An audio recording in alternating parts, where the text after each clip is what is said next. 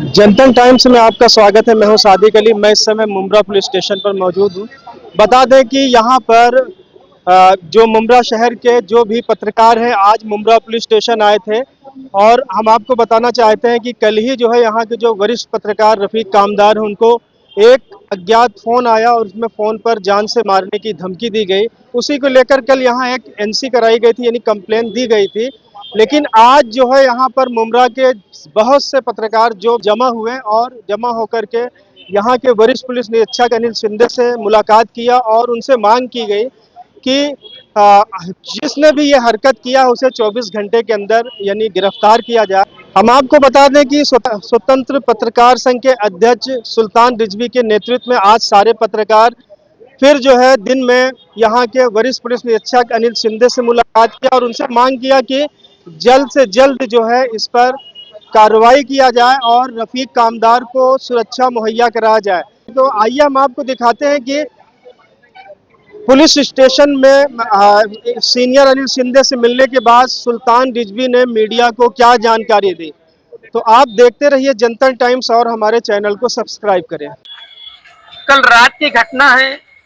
रफीक कामदार जो हमारे शहर के वरिष्ठ पत्रकार हैं, अपने ऑफिस में बैठे थे, न्यूज का काम कर रहे थे, न्यूज बना रहे थे। इसी दौरान 10 सवा 10 के आसपास रात की घटना है। कोई जो है गुंडा फोन करता है कि तुम हमारी खबर बहुत चलाते हो हमारे लोग की, और जो है गालियां दी उसने। और उसके बाद में कहा कि जो है अब जो है इस तरीके से अगर तुम खबर चलाते रहोगे तो तुमको गोली मार दूंगा। गोली मारने तक की बात कही है। ये जैसे खबर हम लोगों को मिली, फौरन हम लोग पुलिस स्टेशन आए, खुद वरिष्ठ पत्रकार रफीक कामदार उनके साथ में। और यहाँ पर जो है उस पर एफआईआर दर्ज होना था, लेकिन कुछ जो है धाराएं चेंज हुई हैं, आईपीसी से जो कन्वर्ट हुई हैं बीएनएस की धाराएं, तो उसमें जो है एनसी बनता था। इसलिए पुलिस ने जो है कार्रवाई की है, एनसी लिया है। लेकिन हमने जो है ये घोषणा की है कि इसको हम गंभीरता से लेंगे इस मामले को। एनसी ठीक है, उन्होंने एनसी लिया है, लेकिन ये मामला जो है कहीं ना कहीं घर बचाओ आंदोलन से भी जुड़ा हुआ है। रफीक कामदार इस मामले से हट जाए, क्योंकि जिन भ्रष्ट अधिकारियों ने, जिन दलालों ने बिल्डरों से पैसा खाया है, उनकी पोल खुल रही है, सड़क पर उनकी इज्जत नीलाम हो रही है। इसलिए इस बीच से रफीक कामदार को और पत्रकारों को हटाना चाहते हैं। हमारे शहर के पत्रकार भी हैं, घर बचाओ आंदोलन में साथ दे रहे हैं, न्यूज कवर कर रहे हैं। जो भी होता है, एक गरीब के जो है साथ के लिए, मदद के लिए सब सड़क पर उतरे हैं।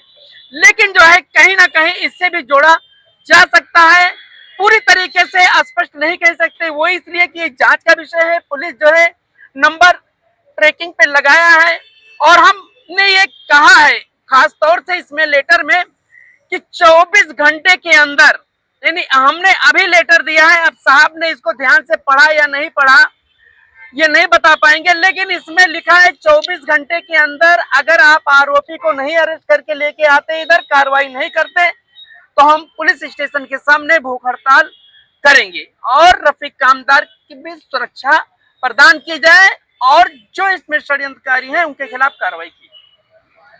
शाहिद भाई, आज आप भी यहाँ पे मौजूद थे, क्या बताएंगे इस मामले को लेकर? 10:30 बजे के बाद मेरे बड़े भाई रफीक कामदार साहब को धमकी आई फोन पे और गाली देते हुए फिर बाद में गोली मारने की बात की।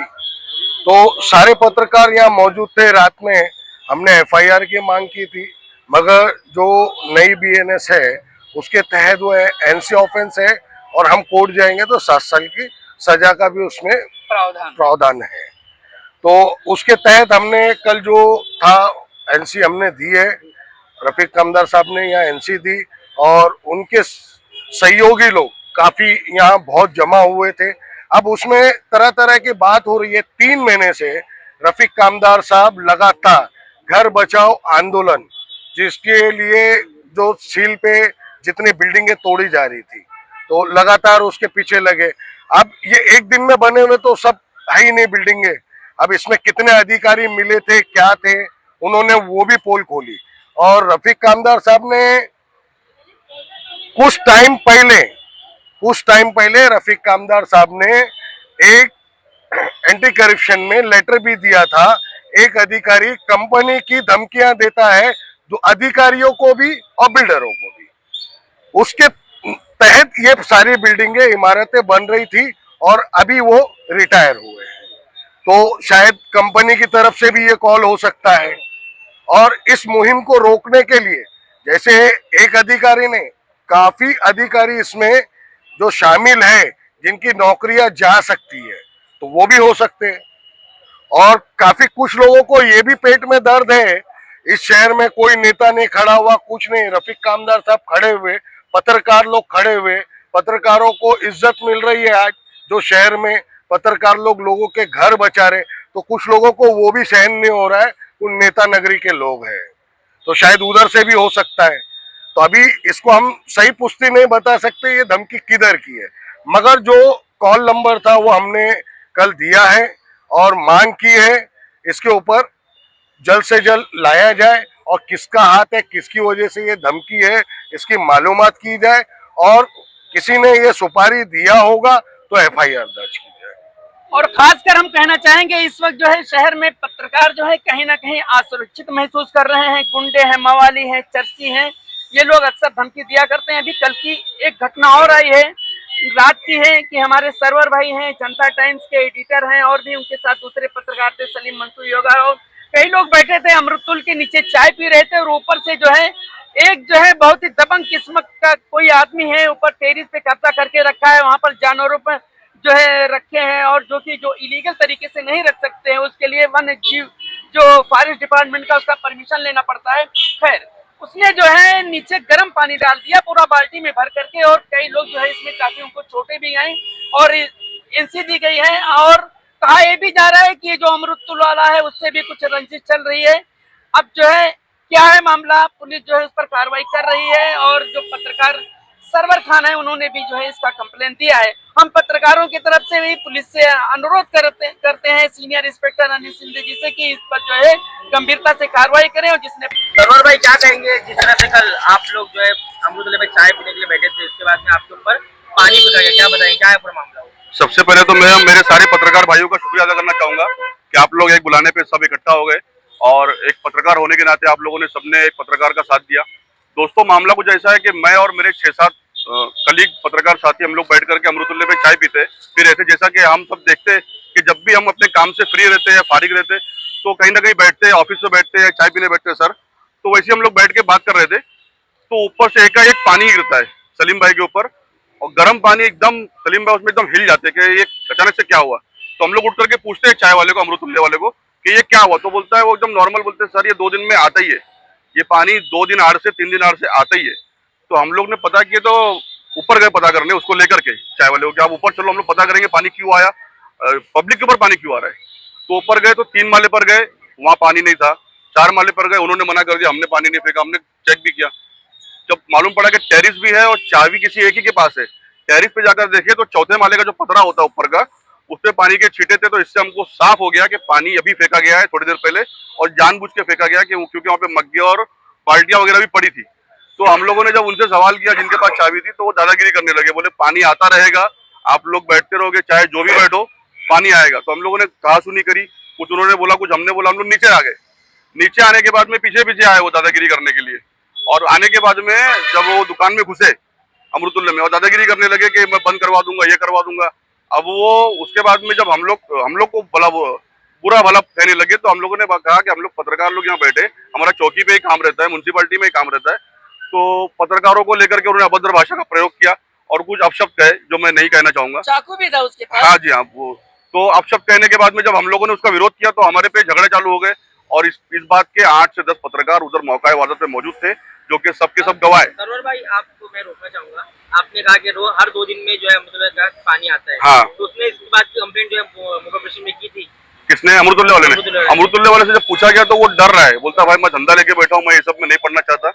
लेकिन मैं आप सबको यही अनुरोध करूंगा कि जानबूझ के पत्रकार हो या आम आदमी, अगर आम आदमी हम लोग थे तो हमारी कंप्लेंट हो गई, हम लोग पहुंच गए सब एकता दिखाकर, आम आदमी पे पानी गिर रहा है, कई टाइम से ये लोग बर्दाश्त कर रहे हैं, तो ये दादागिरी बर्दाश्त नहीं की जाएगी। मैं शुक्रिया अदा करूंगा सीनियर पीआई सर का, जिन्होंने तत्काल प्रभाव से कार्रवाई की और उसको उठा करके लाया गया है और उस पर प्रतिबंधक कार्रवाई चालू है। कि आप लोगों ने सीनियर पत्रकार सुल्तान रिजवी साहब से, हमारे भाई शाहिद साहब से और हमारे भाई हुसैन साहब से सारा मामला आपने सुना। और जितने भी हमारे रिपोर्टर हजरात यहाँ पे हैं, उनके जो दर्शक है, नाजरीन है, वो सारी बात जान रहे हैं। देखें, सबको ये पता है कि रफीक चाचा कई महीनों से मुमरा के गरीबों के लिए आवाज़ उठा रहे हैं। बरादर शाहिद ने अपनी पूरी बात उसमें कह दिया है। हकीकत यह है कि हम गरीबों के लिए आवाज़ उठाने से कभी नहीं डरेंगे और न रफीक चाचा साहब कभी डरेंगे, लेकिन जान बचाना वाजिब है। कल रात सारे पत्रकार रफीक कामदार साहब के साथ मुमरा पुलिस स्टेशन आए। यहाँ की पुलिस ने एनसी लिया और आज हुसैन साहब ने, जैसा सरवर साहब ने बताया, और आज सुल्तान रिजवी साहब ने स्वतंत्र पत्रकार संघ के लेटर पैड पर यहाँ के सीनियर अनिल शिंदे साहब को लेटर दिया है। उन्होंने ये मुतालबा किया है, ये मांग किया है कि 24 घंटे में जिस बंदे ने रफीक कामदार साहब को धमकी दिया है उसे गिरफ्तार किया जाए, और अगर गिरफ्तार नहीं किया जाता तो 24 घंटे के बाद सुल्तान रिजवी साहब की क़यादत में पत्रकार यहाँ पे धरने पे बैठ जाएंगे। लेकिन अनिल शिंदे साहब ने हमारी बातों को सुना। सर ने फौरन उन्होंने उस लेटर को या उस पर कार्रवाई चालू किया और क्राइम ब्रांच डीपी को फौरन अपने ऑफिस से बंदे को भेजा और उसमें कहा कि जल्द से जल्द काम होना चाहिए। अब हम उम्मीद यही करते हैं कि अनिल शिंदे साहब, इसलिए कि कामदार साहब इस वक्त मजलूमों की आवाज़ है और जान से मारने की धमकी है, ये पत्रकार कभी बर्दाश्त नहीं करेंगे। बहुत बहुत शुक्रिया आप तमाम हजरात का।